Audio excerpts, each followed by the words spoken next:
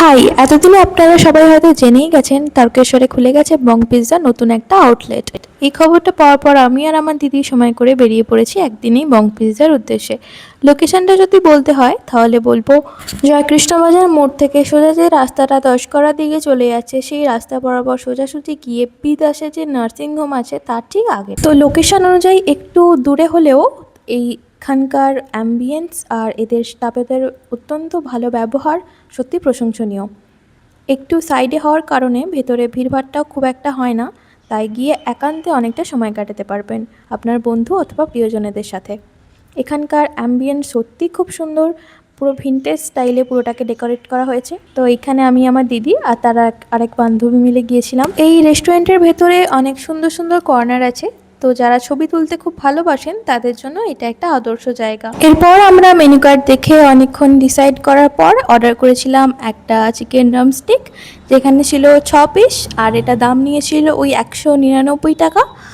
আর আরেকটা অর্ডার করেছিলাম মিক্স হাক্কা নুডলস।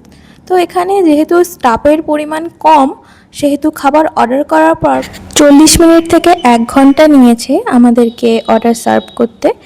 তো টাইম নিয়ে তৈরি করলেও খাবার দাবার ছিল অত্যন্ত ভালো। আমাদের তো খুবই ভালো লেগেছে টেস্ট ওয়াইজ, এবং খাবারের কোয়ালিটি, চিকেনের কোয়ালিটি সব কিছুই খুব ভালো ছিল।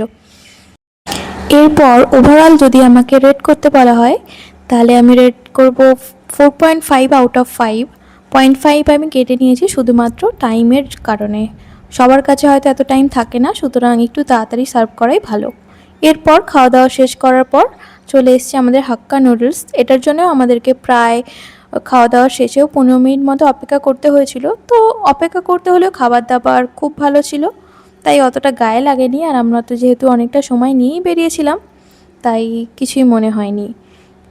তো এইটার টেস্টও ছিল অনবদ্য, আমার তো খুব ভালো লেগেছে। এই মিক্স হাক্কা নুডলসের মধ্যে চিংড়ি, চিকেন, ডিম, পনির আর ভেজিস পুরো একদম ভরপুর ছিল, আর টেস্টও অত্যন্ত ভালো। আর এটার দাম নিয়েছিল ওই 280 টাকা পার প্লেট। আর এটার ওভারঅল রেটিং ও 4.5 আউট অফ 5। 0.5 বাদ দিলাম ওই শুধুমাত্র দেরি করার কারণেই। তো আপনারা যদি তারকেশ্বরের আশেপাশে থেকে থাকেন অথবা তারকেশ্বরে কোনো কারণবশত এসে থাকেন, তো এই রেস্টুরেন্টটা আপনারা অবশ্যই একবার ভিজিট করে দেখতে পারেন। এনাদের স্টাফেদের ব্যবহার অত্যন্ত অমায়িক, আর খাবার দাবার দিতে একটু দেরি হলেও খাবারের কোয়ালিটির সাথে কোনো রকম আপোষ করেন না। সো আজকের ভিডিওটা এই পর্যন্তই, দেখা হবে খুব তাড়াতাড়ি পরের আরেকটা ভিডিওতে। Thank you.